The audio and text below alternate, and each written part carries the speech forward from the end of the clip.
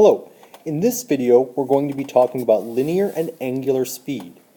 So consider a particle moving at a constant speed along a circular arc. And so if I have a circle, there's my circle, and we have a particle sitting on this circle, and it's moving along this circular shape so that it lands right here. So what we want to do is figure out how fast that particle is moving along that shape. And so our linear speed is simply the arc length, which we called s, divided by the amount of time it took to get there, t. So arc length divided by time. Arc length is merely a distance. So this is really just a distance divided by time. We know that distance equals rate times time, so we just solve for the rate. Distance or arc length divided by time. Now, if theta is the angle in radian measure that corresponds to the arc length s, so if I draw in, there's my center, and there are my two radii, here's the angle theta right there. And so what we want to do is figure out how quickly the angle is changing. And so we want to figure out the measure of the angle, so the central angle, and we'll divide that by the time. So how much of a rotation occurred, angle-wise, and divide that by time.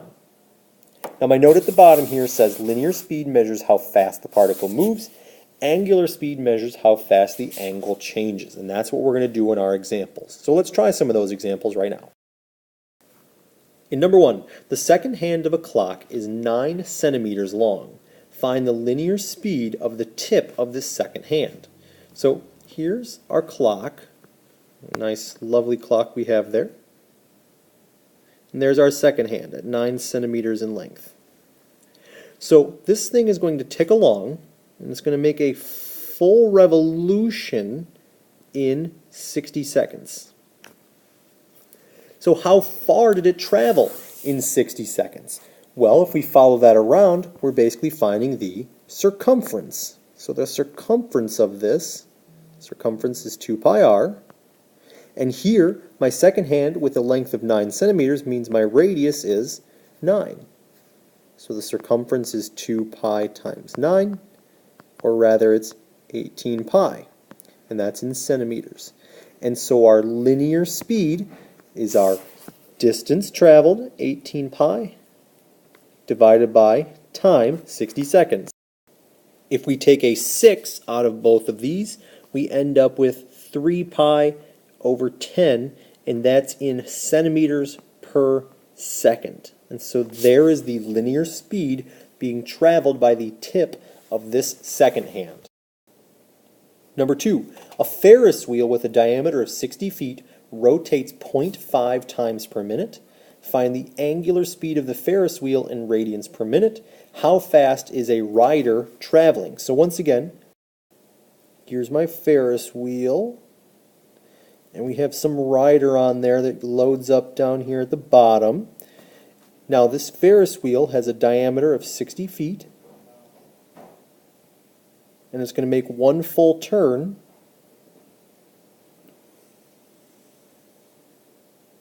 Well, it makes a half of a turn per minute, so it makes one full turn in 2 minutes.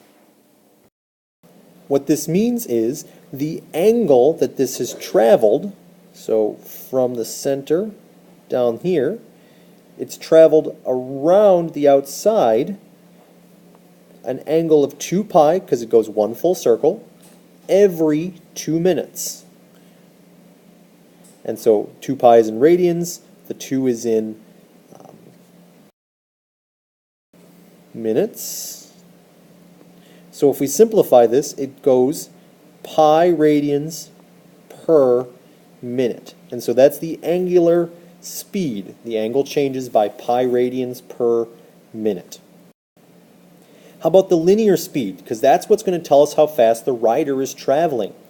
So we want to figure out what our circumference is. So our circumference is 2 times pi times r.